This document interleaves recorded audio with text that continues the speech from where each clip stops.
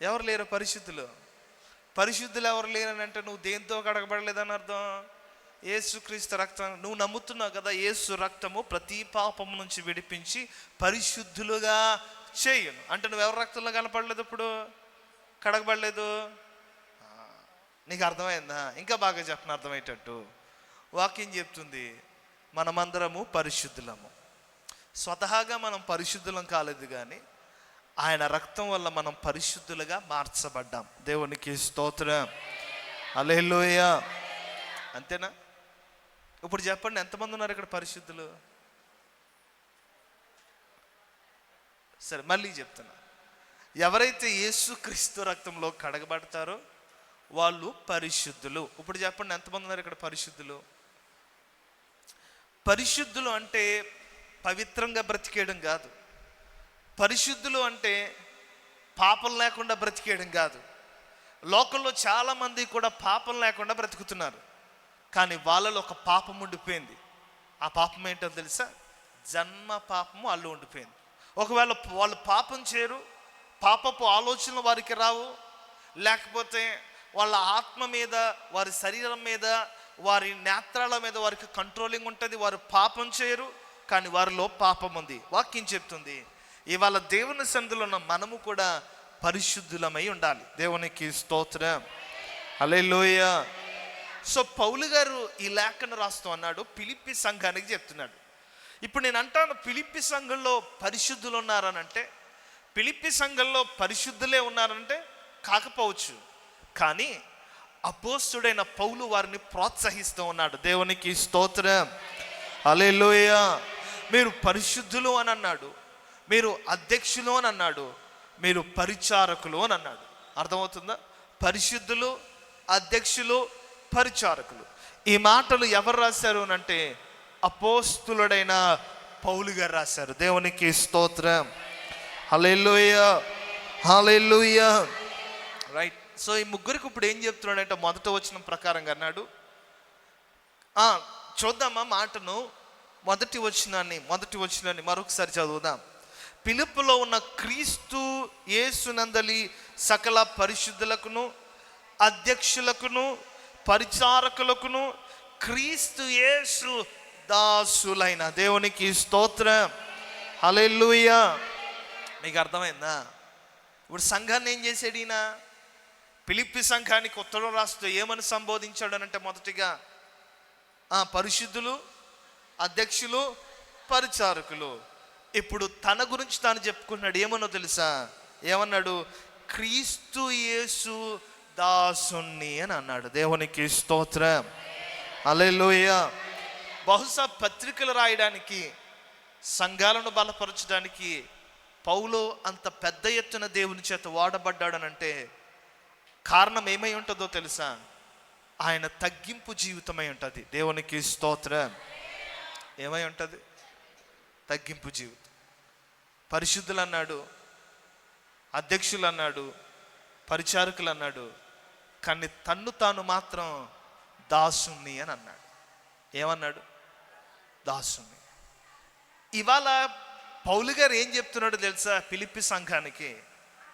అబ్బాయిలు, మీరు పరిచారకులు కావచ్చు, అధ్యక్షులు కావచ్చు, పరిశుద్ధులు కావచ్చు, కానీ మీరు ఏం నేర్చుకోవాలో తెలుసు? ఇవాళ సంఘంలో తగ్గింపు తత్వాన్ని నేర్చుకోవాలి. దేవునికి స్తోత్రం, హల్లెలూయా.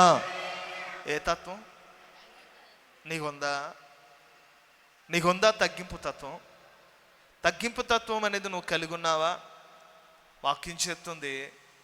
ఈ లెటర్ రాస్తా ఉన్నాడు కదా, రాసేటప్పుడు పౌలు, తిమోతి మాత్రమే ఉన్నారు. ఈ లెటరు ఫిలిప్పీ సంఘానికి వెళ్ళింది కదా, ఫిలిప్పీ సంఘంలో ఉన్న వాళ్ళు కూర్చుని చదువుతున్నప్పుడు మొదలుపెట్టాడు. సంఘంలో ఉన్న ఒక ఆయన లేచి చదవడం మొదలుపెట్టి అన్నాడు, ఇదిగో ఫిలిప్పు గారు రాశారు మనకి ఉత్తరము. క్షమించండి, ఫిలిప్పీల సంఘమైన మనకి పౌలు గారు రాశాడు ఉత్తరం. ఆ ఉత్తరంలో ఏముందో తెలుసా? ఇదిగో పరిశుద్ధుల గురించి మాట్లాడాడు, ఇదిగో అధ్యక్షుల గురించి మాట్లాడాడు, ఇదిగో పరిచారకుల గురించి మాట్లాడాడు, ఇదిగో ఆయనంట దాసుడుగా ఉన్నాడంట. ఏమైనాడు? ఇప్పుడు ఎలా ఉంటుందో చెప్పండి నీ వాళ్ళకి. ఇప్పుడు అధ్యక్షులు ఉన్నారు, ఇప్పుడు పరిచారకులు ఉన్నారు, ఇప్పుడు పరిశుద్ధులు ఉన్నారు. వాళ్ళందరికీ ఆ మాట విన్నప్పుడు ఎలా ఉంటుందో తెలుసా? వాళ్ళందరినేమో రకరకాలుగా బోధించి తన్ను తాను మాత్రం దాసుడిగా పోల్చుకున్నాడు చూసావా. ఆ మాట వాళ్ళు విన్నప్పుడు వారి చెంప మీద కొట్టినట్టు అనిపించుంటుంది బహుశా. ఇవాళ ఆ వాక్యం మీ ముందు చదువుతున్నప్పుడు మీకు కూడా అదే అనిపించాలి. ఎందుకనంటే సంఘంలో హెచ్చు తగ్గులు లేవు, సంఘంలో అందరూ సమానమే. దేవునికి స్తోత్రం, హల్లెలూయా. సంఘములో ప్రతి ఒక్క దాన్ని కూడా దేవుడు అంటున్నాడు. అపోస్తలుడైన పౌలు అన్నాడు, ఇంకా అంటున్నాడు, నేను దాసుని అని అన్నాడు. ఎంత తగ్గించుకున్నాడు కదా, ఎంతో తగ్గించుకున్నాడు. సో రెండవ అధ్యాయంలోకి వస్తే యాక మనస్సు అన్నాడు, యాక ప్రేమ కలిగి అన్నాడు, యాక భావం కలిగి ఉండాలి అని అన్నాడు. చెప్పండి ఏంటది? యాక మనస్సు, యాక ప్రేమ, తర్వాత యాక భావము. దేవునికి స్తోత్రం, హల్లెలూయా. మరలా చెప్తున్నా, యాక మనస్సు, యాక ప్రేమ, యాక భావం అంటే ఏంటది? ఒకే మనసు కలిగి ఉండాలి, ఒకే ప్రేమ కలిగి ఉండాలి, తర్వాత ఒకే భావముతో ఉండాలి. సో అధ్యక్షులు అన్నాడు, పరిశుద్ధులు అన్నాడు, పరిచారకులు అన్నాడు. రెండవ అధ్యాయం 1వ వచనం సరికి అంటున్నాడు, ఏక మనస్సు, ఏక ప్రేమ, ఏక భావం అని అన్నాడు. సో సంఘంలో నీకు ఇవ్వబడిన తలాంతు ఏదైనా కావచ్చు, కానీ అందరూ కూడా ఎలా ఉండాలో తెలుసా? ఏక మనస్సుతో ఉండాలి. దేవునికి స్తోత్రం, హల్లెలూయా. సంఘాన్ని నడిపించే ఒక గొప్ప తలాంతు దేవుడు నీకు ఇచ్చాడు. పాటలు బాగా పాడే తలాంతు నీకు ఇచ్చాడు. సంఘంలో పనిచేసే తలాంతు నీకు ఇచ్చాడు. సంఘంలో అనేక మందిని చక్కదిద్దే తలాంతు నీకు ఇచ్చాడు. ప్రార్థన చేసే తలాంతు నీకు ఇచ్చాడు. కానీ వాక్యం చెప్తుంది, నువ్వు అధ్యక్షుడు అవ్వచ్చు, పరిశుద్ధుడు అవ్వచ్చు, పరిచారకుడు అవ్వచ్చు, కానీ నీకేం కలిగి ఉండాలో తెలుసా? ఏక మనస్సు, ఏక ప్రేమ, ఏక భావాన్ని నువ్వు కలిగి ఉండాలి. దేవునికి స్తోత్రం, హల్లెలూయా. ఏక మనస్సు అంటే ఒకటే మనస్సు అని నాకు తెలుసు. అంటే ఏంటది? ఏక మనస్సు అంటే కల్మషం లేనిది కాదు. ఏక మనస్సు అని అంటే వాక్యం చెప్తుంది. సో ఇప్పుడు వారి దృష్టి ఒకే దాని మీద ఉండాలి.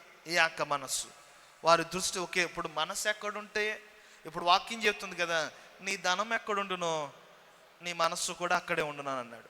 అంటే మనస్సు ఏ సెన్స్లో వాడాడనంటే దృష్టి అనే దాని మీద వాడాడు. ఇప్పుడు ఏక మనస్సు అని అంటే మన దృష్టి అంతా ఒకే దాని మీద ఉండాలి. అందుకని అపోస్తలుడైన పౌలు అన్నాడు, ఏమనో తెలుసా? నేను నా ఎదుట నీ ఉంచిన పరుగు పందెములో ఓపికతో పరిగెత్తుచున్నాను. దేవునికి స్తోత్రం, హల్లెలూయా. అంటే ఇప్పుడు ఆయన దృష్టి ఎక్కడుందంటే పరుగు పందెం మీద ఉంది. అవును కదా, ఎక్కడుంది? ఆయన మనస్సు ఎక్కడుంది? ఇప్పుడు పరుగు పందెం మీద ఉంది. ఆ పరుగు పందెం విశ్వాసం అనే పరుగు పందెం.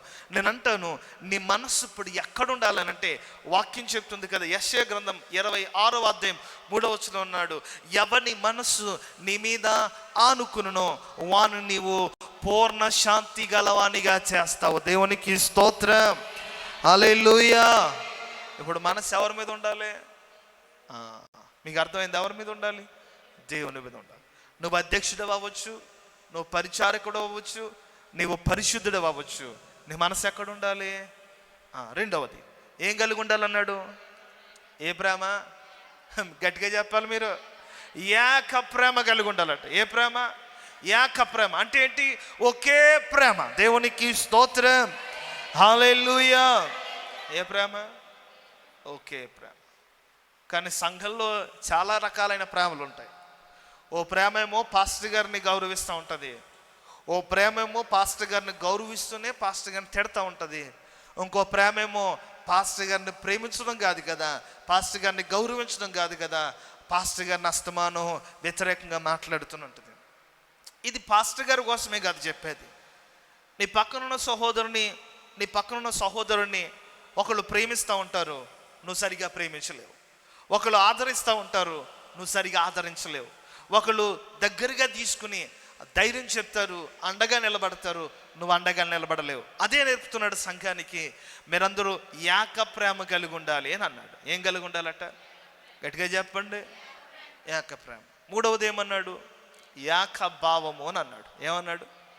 చెప్పండి గట్టిగా, ఏక భావము. భావం అంటే అర్థం ఏంటి? భావం అనేది ఎప్పుడు ఉపయోగిస్తాం మనం ఆ మాట? భావము అనేది ఎప్పుడు తెలియజేస్తాము? ఉదాహరణకి ఓ పద్యాన్ని చెప్తాం. ఏం చెప్తాం? ఓ పద్యం చెప్తాం. ఆ పద్యాన్ని చెప్పిన తర్వాత అంటాం దాని భావము ఇది. ఎప్పుడు చెప్తాం తెలుసా భావం అనేది? ఎప్పుడైతే మనం ఫీల్ అవుతూ ఉంటామో. రెండవది, మనకి ఎప్పుడైతే పరిస్థితులు అర్థం కావో, అర్థం కానప్పుడు అర్థం చేసుకోవడానికి ప్రయత్నించేదే భావము. లేదంటే మనం కలుగున్న ఆ ఫీలింగ్, ఆ ఉద్వేగాన్ని, లేదంటే ఆ ఆలోచనను భావము అని పిలిచారు. దేవునికి స్తోత్రం, హల్లెలూయా. ఇప్పుడు మనందరికీ క్లిష్టమైన పరిస్థితులు ఉన్నాయి. మనందరికీ ఆయా సందర్భాలలో అనేక రకాలైన ఇబ్బందులు ఉన్నాయి. కొంతమంది అనారోగ్య విషయంలో బాధపడతారు, కొంతమంది ధనలేమితో బాధపడుతూ ఉంటారు, కొంతమంది కొన్ని రకాలైన ఇబ్బందులతో బాధపడతారు.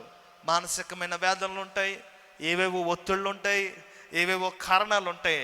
వాక్యం చెప్తుంది ఎన్ని కారణాలున్నా ఆ అంతర్గతమైనది, లేదంటే ఆ పూర్తి యొక్క భావము మనకి దేవుడై ఉండాలి. దేవునికి స్తోత్రం, హల్లెలూయా. మొదటిది ఏక మనస్సు. ఎవరి మీద దృష్టి ఉంచాలి? దేవుని మీద. రెండవది ప్రేమ కలిగి ఉండాలి. ఏ ప్రేమ కలిగి ఉండాలి? క్రీస్తు ప్రేమ కలిగి ఉండాలి. మూడవది ఏమన్నాడు? ఏకభావము కలిగి ఉండాలన్నాడు. ఇంకా లోతుగా చెప్పాలంటే ఏకభావము అనే దానికి మనం ఏం ఉపయోగించవచ్చు అంటే పరిశుద్ధాత్మడు. దేవునికి స్తోత్రం, హల్లెలూయా, హల్లెలూయా. రైట్. సో ఒకే దేవుడు మనకు ఉండాలి, క్రీస్తు ప్రేమలో మనం ఉండాలి, పరిశుద్ధాత్మలో మనం ఉండాలి. అర్థమైందా? సో ఇప్పుడు ఈ రెండు విషయాల గురించి ఫిలిప్పీ సంఘానికి లేఖ రాస్తా అంటున్నాడు. నా దగ్గర ఒకడున్నాడు ఎపఫ్రోదీతు అని. వాడెవడో తెలుసా? నా సహోదరుడు. దేవునికి స్తోత్రం. ఇప్పుడు ఏం నేర్చుకోవాలి వాళ్ళు? ఫిలిప్పీ సంఘం ఏం నేర్చుకోవాలి? మాటతో మీకు అర్థమైందా? ఫిలిప్పీ సంఘం ఏం నేర్చుకోవాలి? ఉదాహరణ మనం చెప్తాం కదా, అరే పిల్లలకి చెప్తాం కరెంటు పోయిన వెంటనే రే భయపడకూడదని చెప్తాం. మనం చెప్పారా లేదా? చెప్పాం. పిల్లలు ఏం చేస్తారు? భయపడకుండా ధైర్యంగా ఉండడానికి ప్రయత్నం చేస్తారు. చిన్నప్పుడు టీవీలో వచ్చిన కొత్తలో చాలామంది వెనక్కెళ్ళి చూసిన వాళ్ళు ఉన్నారు. చూసారు లేదా? టీవీలో వచ్చిన కొత్తలో వీళ్ళు ఎలాగెళ్ళి లోపలికి వెళ్ళి డ్యాన్స్ చేస్తున్నారా అనుకున్నాం కొత్తలో. అవునా? వీళ్ళు టీవీలోకి ఎలాగెళ్ళారో లోపలికి అని చూసిన రోజులు ఉన్నాయి. చెప్పారు తర్వాత ఏమని, ఇది ఎక్కడ కాదు ఎక్కడో చేసింది, టీవీల ద్వారా బయటకు వస్తుంది, మనకు కనిపిస్తుంది కానీ ఎక్కడో చేస్తారు, అది టీవీల ద్వారా బయటకు వస్తుంది. మనకు తెలిసిన తర్వాత ఏమైంది? ఓహో ఇదా ప్రాసెస్, ఓహో ఇదా జరిగేది అని అర్థమైంది మనకు. అవును కదా? ఇప్పుడు వాక్యం చెప్తుంది, అపోస్తలుడైన పౌలు అన్నాడు మొదటి 3 మాటలు 3వ అధ్యాయంలో, 2వ అధ్యాయంలో 3 మాటలు, ఇప్పుడు 2వ అధ్యాయం 25వ వచనం నుంచి అంటున్నాడు నా సహోదరుడు అని అన్నాడు. దేవునికి స్తోత్రం. ఇప్పుడు వీళ్ళు ఏం చేయాలి? అబ్బాయి పౌలు గారు అంటున్నాడు ఆయన దగ్గర ఎపఫ్రోదీతు అనేవాడు ఉన్నాడంట. ఎవరున్నారు? ఎపఫ్రోదీతు. ఎపఫ్రోదీతు అనే మాట వినంగానే ఫిలిప్పీలకు ఏమర్థం అవుతుందో తెలుసా? అబ్బాయి ఈ ఫిలిప్పీలు మన సంఘంలో ఈ ఎపఫ్రోదీతు అనేవాడు, యోధాలో పేరు లేదు, ఇశ్రాయేల్లో పేరు లేదు, ఈడెవడో బయటోడు రబ్బాయి, ఈడెవడో అన్యజనులు గ్రీకోడు అయి ఉంటాడు అని వాళ్ళు అనుకున్నారు. ఇప్పుడు ఏమనుకున్నారు తెలుసా? అలాంటి బయట వాడిని అపోస్తలుడైన పౌలు సహోదరుడిగా సంబోధించాడు. దేవునికి స్తోత్రం.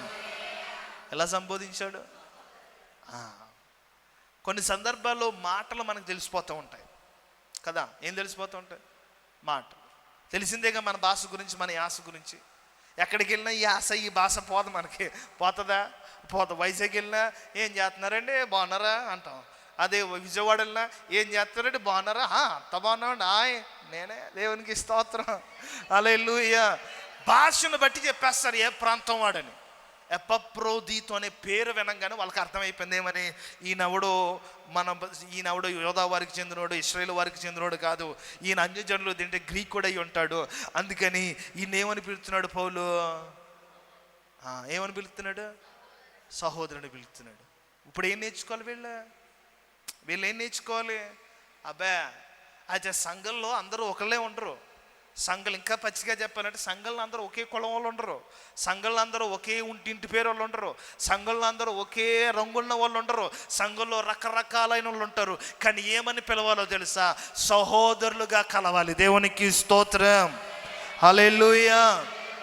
ఎలా కలవాలి? కలుస్తున్నామా? కలుస్తున్నామా? సహోదరుని ప్రేమించగలుగుతున్నామా? నువ్వేంటి నేనేంటి, నువ్వెవరవే నేనెవరనే, నాది వేరు నీది వేరు, నువ్వు వేరు నేను వేరు, నా రంగు వేరు నీ నీ ఇంటి పేరు వేరు. ఇది భేదాలు. అపోస్తలుడైన ఫిలిప్పీ సంఘానికి రాశాడు, అధ్యక్షులు, పరిశుద్ధులు, పరిచారకులు, వినండి ఒక మాట. నాకు సహోదరుడు ఉన్నాడు, ఆయన ఎపఫ్రోదితు. ఆయన యోధావాడు నేను ప్రేమించట్లా, ఆయన ఇశ్రాయేలు వాడని నేను ప్రేమించట్లా, ఆయన గ్రీకు వాడనో అన్యజనుడనో నేను ప్రేమించట్లా. ఆయన యేసు క్రీస్తును నమ్ముకున్నాడు కాబట్టి నాకు ఇప్పుడు ఆయన ఏమయ్యాడు?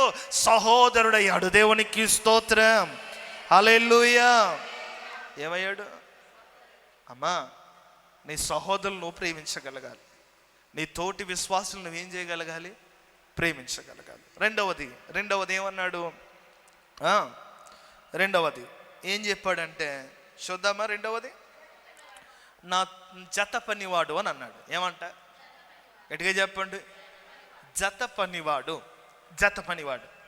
ఉదాహరణకి ఒక పని చేయమని నాకు ఇచ్చారు, దేవుడు. నేనేం చేస్తానంటే, రెండు రకాలైన ఆలోచనలు మనిషిలో ఉంటాయి. ఎన్ని రకాలైన ఆలోచనలు చెప్పండి గట్టిగా. ఏ మినిస్ట్రీ ఇది? నిద్రలేపే మినిస్ట్రీ. ఏ మినిస్ట్రీ? అమ్మ ఇంకా లేవలేదు నిద్ర. దేవునికి స్తోత్రం, హల్లెలూయా. ఏమన్నాడు? జత పనివాడు అని అన్నాడు. రెండు వర్గాలు ఉంటాయి జత పనివారిలో. మీకు అర్థమవుతుందా? ఇప్పుడు దేవుడు ఒక పని చెప్పాడు నాకు. పని చెప్పినప్పుడు నేను పౌలు గారు చేయాలి. ఎవరెవరు చేయాలి? నేను పౌలు గారు చేయాలి. నేను పౌలు గారు చేయాలన్నప్పుడు ఇప్పుడు చెప్పినోడు దేవుడు కాబట్టి వీడి పట్ల నేను చాలా జాగ్రత్తగా ఉండాలి. ఇంకా అర్థమయ్యేటట్టు చెప్తాను. ఉదాహరణకి చిన్నప్పుడు స్కూల్లో మాస్టర్ ఒక పని చెప్తాడు. పని చెప్పినప్పుడు, అరే మీ ఇద్దరు లేచెళ్ళి పలాను పని చేయండి అని అంటే, ఆ ఇద్దరిలో పోటీతత్వం పెరిగిపోతుంది. ఏం పెరుగుతుంది? పోటీతత్వం పెరిగిపోతుంది. పెరిగిపోయి ఏం చేస్తాడు తెలుసా? వాడి మీద వీడు, వీడి మీద వాడు చాడీలు చెప్పుకుంటారు. ఎవరికి? మాస్టర్కి. సార్ నేను వెళ్ళానండి, నేను తీసుకొచ్చానండి, అక్కడి నుంచి ఇక్కడ సాయం పట్టరా అంటే నేను పట్టనన్నాడండి, నేనే మోసుకొచ్చానని ఇది అంటాడు. ఆడేమంటాడు తెలుసా? కాదు సార్, ఆడు పెడతానన్నాడు, నేను వచ్చేసరికి వెళ్ళిపోయాడండి, అలాగా ఆడొక్కడే మోసుకొచ్చేసాడు సార్ వాడు అంటాడు. ఇవన్నీ ఎవరికి తెలీదు? సార్కి తెలియదు. ఎవరికి తెలీదు? సార్కి తెలియదు. ఇప్పుడు చెప్పినోడు దేవుడు అనుకో, ఇప్పుడు కంప్లైంట్స్ ఏమైనా ఉంటాయా? ఏ కంప్లైంట్ ఉండదు. దేవునికి స్తోత్రం చెప్పండి.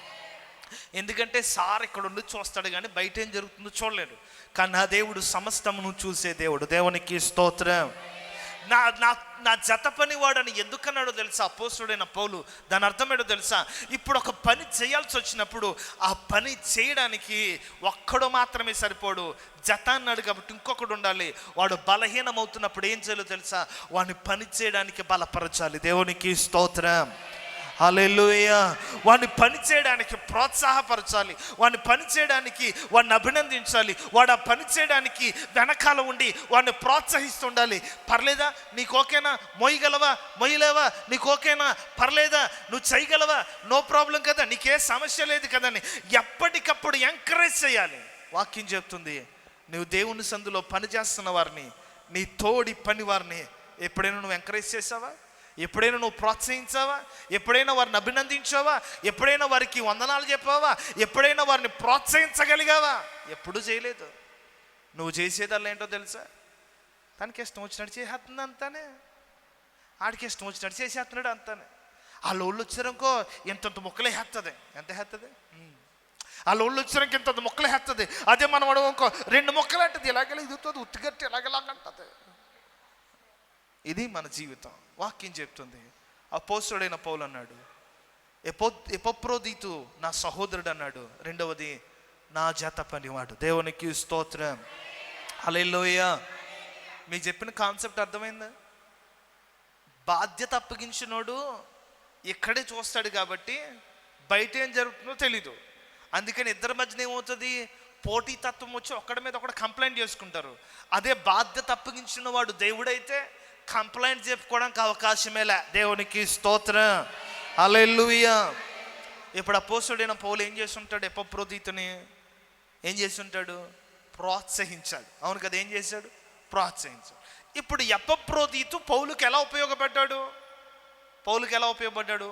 మనకు తెలిసిందే. 2 ఎడ్లు ఉంటాయి, 2 ఎడ్ల మీద ఏం పెడతారు? కాడి పెడతారు. ఇప్పుడు ఏం చేయాలి? 2 ఒకటి ఆగిపోయింది అనుకో, ఒకటి తిరుగుతుంది అనుకో, అక్కడక్కడ రౌండ్ తిరిగేస్తూ ఉంటుంది. ఒకటి అలా ఉందనుకో, ఒకటి ఆగిపోయింది అనుకో, ఒకటి తిరిగిది అనుకో, అక్కడక్కడ తిరిగేస్తూ ఉంటుంది, అక్కడక్కడ తిరుగుతూ ఉంటుంది. ఇప్పుడు 2 పరిగెత్తితేనే ముందుకు వెళ్ళగలుగుతుంది. వాక్యం చెప్తుంది, అతడు నా జత పనివాడు అని అన్నాడు. నువ్వు సహోదరుని ప్రేమించడమే కాదు, నువ్వు వాడితో కలిసి ఏం చేయాలి? పని చేయాలి. దేవునికి స్తోత్రం. ఫిలిప్పీ సంఘానికి పౌలు గారు రాస్తున్న మాట ఇది. నేను అంటాను, నీ సంఘంలో నువ్వు పని చేయగలగాలి. నువ్వు అక్కడవే చేస్తే సరిపోదు, నీతో పాటు కలిసి జతతో నువ్వు దేవుని సందులో పని చేయగలగాలి. దేవునికి స్తోత్రం. హల్లెలూయా, హల్లెలూయా. తర్వాత ఏమన్నాడు? యోధుడు అని అన్నాడు. ఏమన్నాడు? యోధుడు. మీకు ఇంకా బాగా చెప్పాలంటే 2వ మాట గురించి, జత పనివాడు అని అన్నాడు. పనివాడు పరిచారకుడు కదా, పరిచారకుడు. పనివాడు ఎవరట? పరిచారకుడు. గట్టిగా చెప్పండి, పరిచారకుడు. రైట్.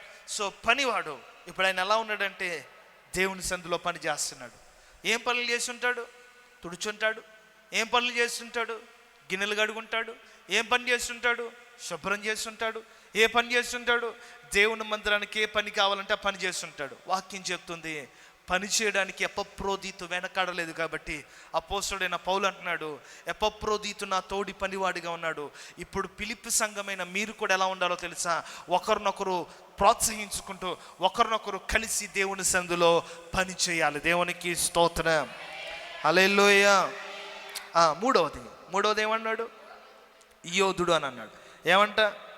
యోధుడు అంటే ఏంటి? యోధుడు ఒక సైనికుడు. యోధుడు అంటే ఒక సైనికుడు, సోల్జర్ అని వాక్యం చెప్తుంది. సోల్జర్, ఆయన యోధుడు, సైనికుడిలా ఉన్నాడు. దేవునికి స్తోత్రం. హల్లెలూయా. ఎలా ఉండాలంటే సంఘంలో? చెప్పండి గట్టిగా. యోధుడిలాగా ఉండాలి. ఎలా ఉండాలి? నువ్వు ఒక యోధుడిలాను, యోధురాల్లాగాను ఉండాలి. యోధుడు ఏం చేస్తాడు? యుద్ధం వచ్చినప్పుడు ఏం చేస్తాడు? అప్పుడు ఉదాహరణకి ఒకప్పుడు పెద్ద బోర్ ఉండేది కదా, పాత సినిమాలో చూస్తూ ఉంటాం. పెద్ద బోర్ వదంగానే కత్తులు కటార్లు వేసుకుని ఒకటి తర్వాత ఒక లైన్లో వచ్చేస్తారు వీళ్ళు, అవునా? సో ఈ తరంలో సింపుల్గా ఫోన్ వెళ్తుంది ఆఫీస్కి, లేదంటే ఆ ఏరియాలో ఉన్న ఆ క్వార్టర్స్కి ఫోన్ వెళ్తుంది. అందులో ఉన్న ఆర్మీ సైన్యం అంతా కూడా ఒక్కసారిగా సిద్ధపడతారు. యోధుడు అనే మాట ఎందుకు ఉపయోగించాడు తెలుసా? పౌలు గారు అంటున్నాడు, యోధుడు అనేవాడు ప్రతి కష్ట సమయంలో ముందుంటాడు. అవునా? ఎప్పుడు ఉంటాడు? ప్రతి కష్ట సమయంలో ముందుంటాడు. రైట్. సో ఇప్పుడు అపోస్తుడైన పౌలు అంటున్నాడు, ఎపఫ్రోదితు అనేవాడు యోధుడు అని అన్నాడు. దేవునికి స్తోత్రం. హల్లెలూయా. ఏమంట? నా తోడి యోధుడు అన్నాడు. యుద్ధం చేయడానికి రావాలన్నాడు. ఇప్పుడు ఎపఫ్రోదితు ఏం చేయాలో తెలిసి యోధుడు కాబట్టి వెంటనే సన్నద్ధమైపోవాలి. అవును కదా? ఏమైపోవాలి? గట్టిగా చెప్పండి, సన్నద్ధమైపోవాలి. ఎపఫ్రోదితును పౌలు అంటాడు, అబ్బాయి ఎపఫ్రోదితు, మనము ఫలానా ప్రాంతానికి వెళ్ళాలి, అక్కడ సువార్త ప్రకటించాలంటే వెంటనే సన్నద్ధమైపోవాలి. అబ్బాయి మనం ఫలానా చోటుకి వెళ్తున్నాము, మళ్ళీ అరెస్ట్ చేసి లోపల వేస్తారట అన్నప్పుడు సరేనండి అని చెప్పి సిద్ధమైపోవాలి. యోధుడు అంటే ఏంటో తెలుసా? ప్రతిదానికి సంసిద్ధత కలిగి ఉండాలి. దేవునికి స్తోత్రం. హల్లెలూయా. మనం ఎవరము? చర్చిలో, సంఘంలో మనం ఎవరం? ఇప్పుడు యోధులమే కదా. ఎవరం మనం? యోధులమేనా? దేవునికి స్తోత్రం చెప్పండి ఒకసారి. ఎవరం మనం? గట్టిగా చెప్పండి. అమ్మ, తెలివైన వాళ్ళు ఉన్నారు. ఈ బ్యాచ్ అంతా తెలివైన బ్యాచ్. ఇదంతా ఇందాక నుంచి చూస్తున్నా, ఒక మాట పలకదే, ఒక చెయ్యి లేకపోతే ఏం చేయరు, తెలివిగా కిందకు చూసేస్తూ ఉంటారు, తెలివిగా తప్పించుకుంటూ ఉంటారు. చెప్పండి, ఇప్పుడు యోధులు ఎవరు ఇక్కడ? యోధులు ఎంతమంది ఉన్నారు ఇక్కడ? దేవునికి స్తోత్రం చెప్పండి. మిమ్మల్ని చూస్తున్నాను, చెప్పండి, యోధులు ఎవరు ఇక్కడ? యోధులు మీరా కాదా? యోధులేనా? వాక్యం చెప్తుంది యోధులు ఎలా ఉండాలో తెలుసా? సంసిద్ధులుగా ఉండాలి. ఎలా ఉండాలి చెప్పండి? ప్రార్థన 9:30కి. మన యోధులు ఎప్పుడు వచ్చారు?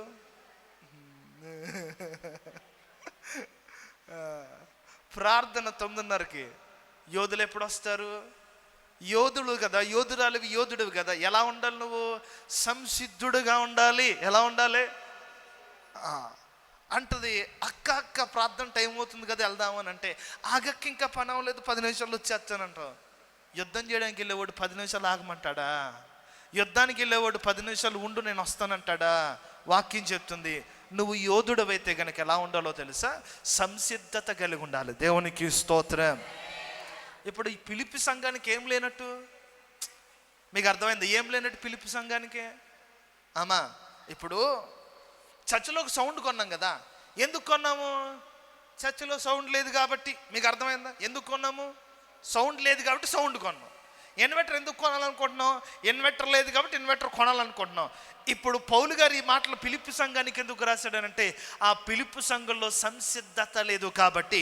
వాక్యం చెప్తుంది ఆ పిలిపి సంఘానికి రాసిన పౌలు గారు రాసిన లేఖనం ఇవాళ మీతో చెప్పబడుతుందంటే మీలో సంసిద్ధత లేదు కాబట్టి. ఇప్పుడు వాక్యం చెప్తుంది ఎప్రోదీతు ఎలాగైతే ఉన్నాడో, ఎపప్రోదీతు ఎలాగైతే సంసిద్ధుడిగా ఉన్నాడో, ప్రతి విషయానికి నువ్వు సంసిద్ధుడిగా ఉండాలి. దేవునికి స్తోత్రం. హల్లెలూయా. అది కొన్నిసార్లు మనల్ని బాధ పెట్టేది కావచ్చు, కొన్నిసార్లు అది మనల్ని సంతోష పెట్టేది కావచ్చు, కొన్నిసార్లు మనల్ని బలహీనపరిచేది కావచ్చు, కొన్నిసార్లు మనల్ని బలపరిచేది కావచ్చు. ఏదైనా కావచ్చు. నువ్వు ఎలా ఉండాలో తెలుసా? సంసిద్ధత కలిగి ఉండాలి. దేవునికి స్తోత్రం. ఎలా ఉండాలి? గట్టిగా చెప్పండి, గట్టిగా చెప్పండి. పెళ్ళికి వెళ్ళాలంటే ఎంత సిద్ధంగా ఉంటాం మనం? పెళ్ళికి ఎక్కడికైనా వెళ్ళాలంటే ఎంత అందంగా తయారవుతాం మనం? చూసాంగా 3 రోజులు.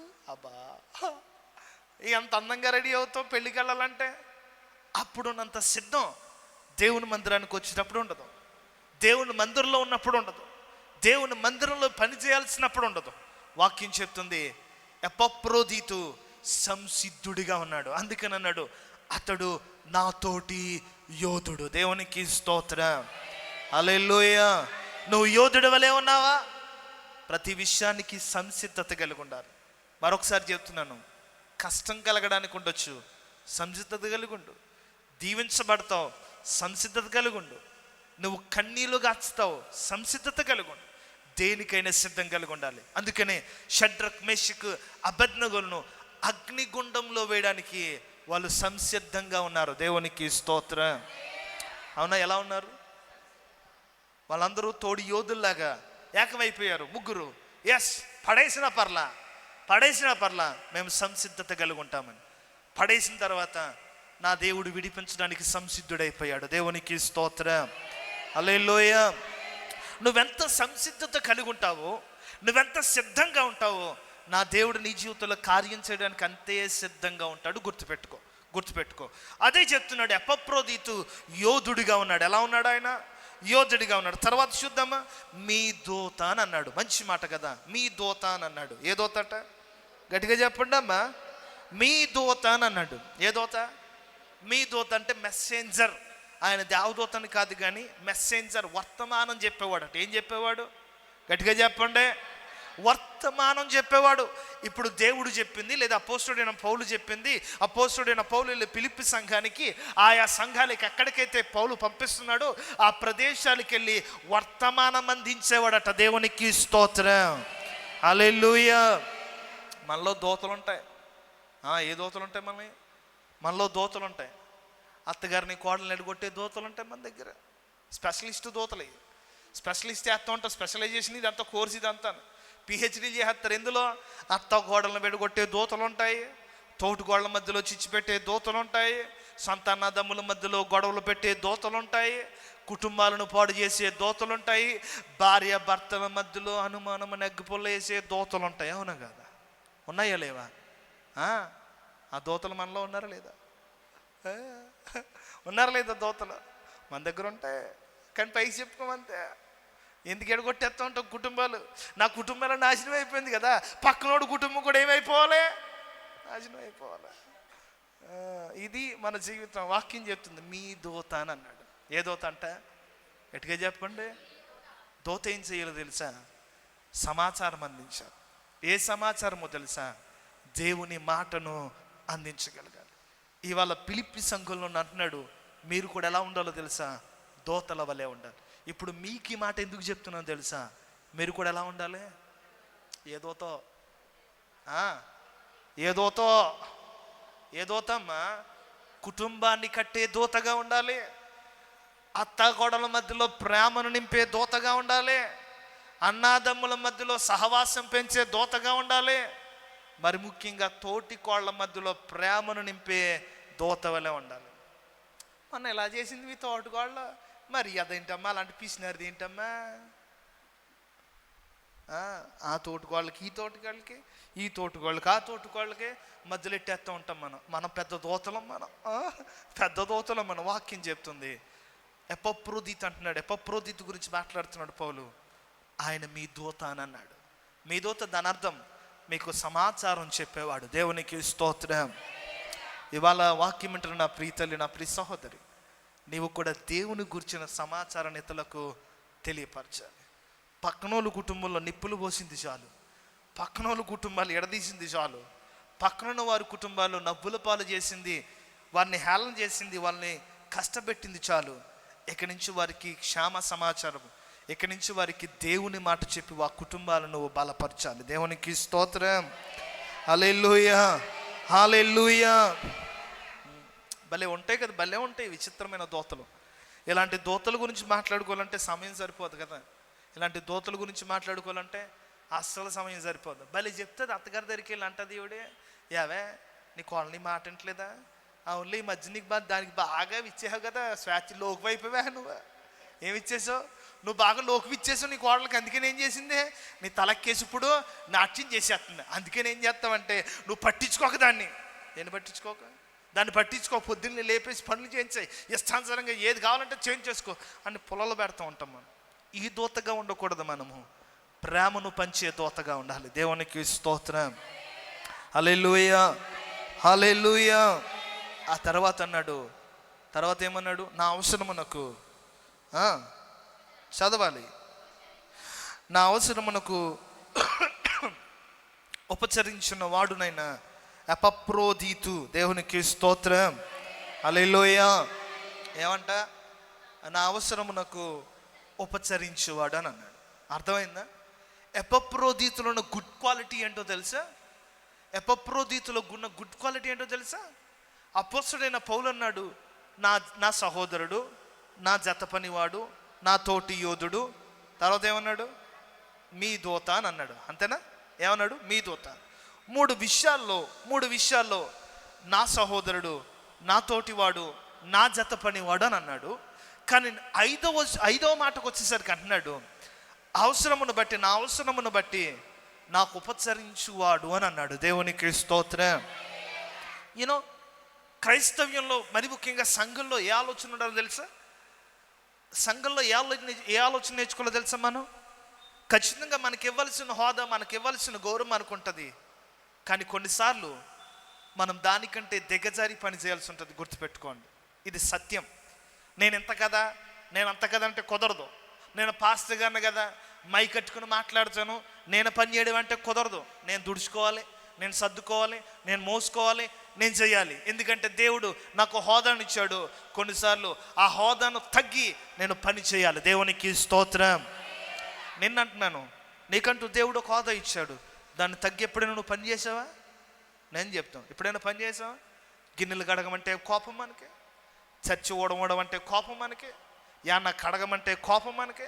పాస్టర్ గారన్నీ మనకే చెప్తాడు, అన్నీ కడిగి అన్నీ మనకే చెప్తాడు. ఈ ఎపఫ్రోదితు అంటే పౌలు గారికి సహోదరుడిగా పిలువబడ్డాడు. పౌలు గారికి జత పనివాడిగా. అంటే ఏంటి? ఇద్దరు ఒకటే, ఇద్దరు సమానమే. మూడవది నా తోటి యోధుడు, ఇద్దరూ సమానముగానే ఉన్నాడు. కానీ ఐదో మాటకు వచ్చేసరికి అన్నాడు, ఆయన ఉపచరించువాడు అని చెప్పాడు. అంటే నాకు పరిచారం చేసేవాడు అని అన్నాడు. దేవునికి స్తోత్రం. మనమందరం ఒకటే. కొన్ని సందర్భాల్లో మన పక్కనున్న వాడికి మనం తగ్గించుకుని పరిచర్య చేయాలి. ఈ లక్షణం నువ్వు కలిగి ఉండాలి. అందరూ ఒకటే మందిరంలో, అందరూ సమానమే మందిరంలో, కానీ కొన్ని సందర్భాలలో నీ పక్కనున్న వాడికంటే నువ్వు తగ్గి వాడికి నువ్వు పరిచర్య చేయాలి. ఇది యేసయ్య నేర్పిన ప్రేమ. దేవునికి స్తోత్రం. హల్లెలూయా. తర్వాత ఏమైంది చూద్దాం. 25వ వచనం అయిపోయింది.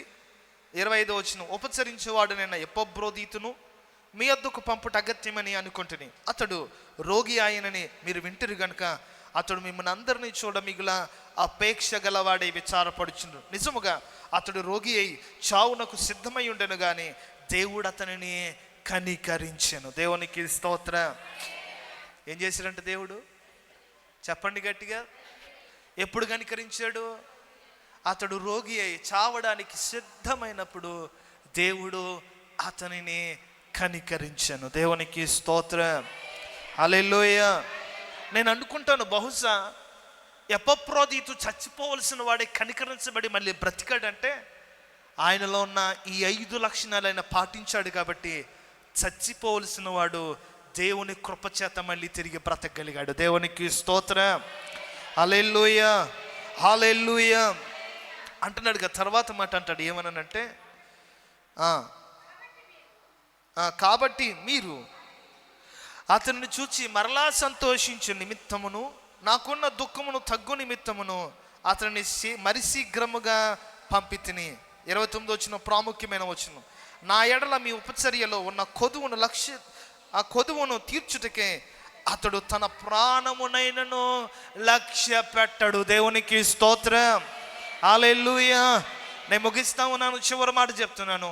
వాక్యం చెప్తుంది, అపోస్తలుడైన పౌలు అంటున్నాడు, ఇదిగో నా లోటును తీర్చడానికి ఎపఫ్రోదితు అనేవాడు తన ప్రాణమును సైతము లెక్క చేయడు. దేవునికి స్తోత్రం. హల్లెలూయా. ఏం చేయడంట? ప్రాణమును సైతం. కాలు నొప్పి వస్తే దేవుని మందిరానికి మానేస్తాం మనం, అవునా? తలనొప్పి వస్తే దేవుని మందిరాన్ని ఎగ్గొట్టేయడం చూస్తాం మనం. తలనొప్పి కాలు నొప్పి పక్కన పెట్టు, నీకు ఏదైనా పెళ్లి భోజనాలు తెలిస్తే, నీకు ఏదైనా ఫంక్షన్ భోజనాలు చూస్తే ఆ ద్వారం ఎగ్గొట్టేయడం సిద్ధపడిపోతాను. ఎపఫ్రోదితు గురించి పౌలు మాట్లాడుతున్నాడు, అతడు నా లోటును తీర్చడానికి అతడు తన ప్రాణమును సైతము లక్ష్య పెట్టడు. దేవునికి స్తోత్రం. హల్లెలూయా, హల్లెలూయా అన్నాడు కదా. అతడు తన ప్రాణమును లక్ష్య పెట్టక క్రీస్తు యొక్క పని నిమిత్తము చావునకు సిద్ధమై ఉండెను. దేవునికి స్తోత్రం. హల్లెలూయా. దేవుడు అడుగుతున్నాడు, ఆయనకు కావలసిన వాళ్ళంట ప్రాణాన్ని సైతం లెక్క చేయకుండా సిద్ధమయ్యే వాళ్ళు కావాలంట దేవునికి. ఎవరు కావాలి చెప్పండి? ఎవరు కావాలి తల్లి? మరి ఎంతమంది సిద్ధంగా ఉంటారు ప్రాణం ఇవ్వడానికైనాను? ఇప్పుడు కూడా చేతులు ఎత్తకపోతే, ఇప్పుడు కూడా మీరేం మాట్లాడకపోతే మీరు పోయేది డైరెక్ట్ నరకమే తప్ప పరలోకం కాకపోవచ్చు. దేవుని కోసం ప్రాణాలు అర్పించే వాళ్ళు ఎంతమంది ఉన్నారు ఇక్కడ? చచ్చిపోవడానికైనా సిద్ధమైపోవాలి. దేవునికి స్తోత్రం. సగం ఎత్తుతున్నారు తెలివైన వాళ్ళు, సగం ఎత్తుతున్నారు తెలివైన వాళ్ళు. దేవుడు కోరుకునేది అదే. ఆయన కోసం ప్రాణం పెట్టాడు, నీ మీద కనికరించి నేను బ్రతికేస్తున్నాడు, ఈ కుటుంబాన్ని పోషిస్తున్నాడు. అపోస్తలుడైన పౌలు అన్నాడు, ఎపఫ్రోదితు అనేవాడు ప్రాణం పెట్టడానికైనా సరే సిద్ధంగా ఉంటాడు. ఆయన ఎవరి పని నిమిత్తం అంట? ఇదిగోండి, కొంతమంది చాటింగ్ చేసుకుంటారు కదా, నీకేమన్నైతే నేను తట్టుకోలేని చచ్చిపోతానని అంటాం కదా, భర్తతో కూడా అంటాం కదా, భార్యతో కూడా అంటాం కదా, నువ్వు లేకపోతే నేను లేను, నువ్వు లేకపోతే నేను ఉండలేను, నువ్వు ఉంటేనే నేను ఉంటానని మనం చెప్తాం కదా. వాక్యం చెప్తుంది, అలాంటి వాటి కోసం కదా మన ప్రాణం మనం సిద్ధపరుచుకునేది. క్రీస్తు యేసు పని కొరకు మన ప్రాణాలు మనం సిద్ధపరచుకోవాలి. దేవునికి స్తోత్రం. ఏ పని కొరకు? గట్టిగా చెప్పండి, గట్టిగా చెప్పండి.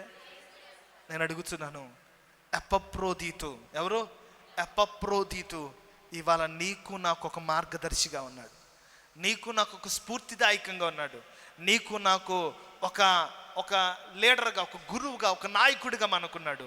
ఇప్పుడు మనమేం నేర్చుకోవాలో తెలుసా? సహోదరులాగా అందరితో కలిసి ఉండాలి, కలిసి పని చేయాలి, కలిసి పోరాడాలి, కలిసి దేవుని వర్తమానాన్ని తెలియపరచాలి. వాక్యం చెప్తుంది కలిసి పరిచారం చేయాలి, ఒకరినొకడు తగ్గించుకుని పరిచారం చేయాలి. చివరిలో అంటుంది కదా, దేవుని పని కొరకు ప్రాణాలు సైతం లెక్క చేయకూడదు. దేవునికి స్తోత్రం. ఏం చేయకూడదా? నిజంగా చేస్తాం, మనం పాడతాం, రాజా నీ సన్నిధిలో నేనుంటానయ్యా మనసారా ఆరాధిస్తూ. నిజమేనా? నేను ఉండలేనయ్యా, నేను బ్రతకలేనయ్యా. నిజమేనా? నిజమేనా? చరణం ఏంటి? ఫస్ట్ చరణం ఏంటమ్మా? ఫస్ట్ చరణం, నీ సన్నిధానంలో సంపూర్ణమైన సంతోషం, నిన్ను ఆరాధించుకునే వారికి విలువైన అవకాశం. తర్వాత కోల్పోయినవన్నీ ఇచ్చుటకును, బాధల నుండి బ్రతికించుటకును నీవే లేకపోతే. మళ్ళీ ఏంటి? రాజా నీ సన్నిధిలో.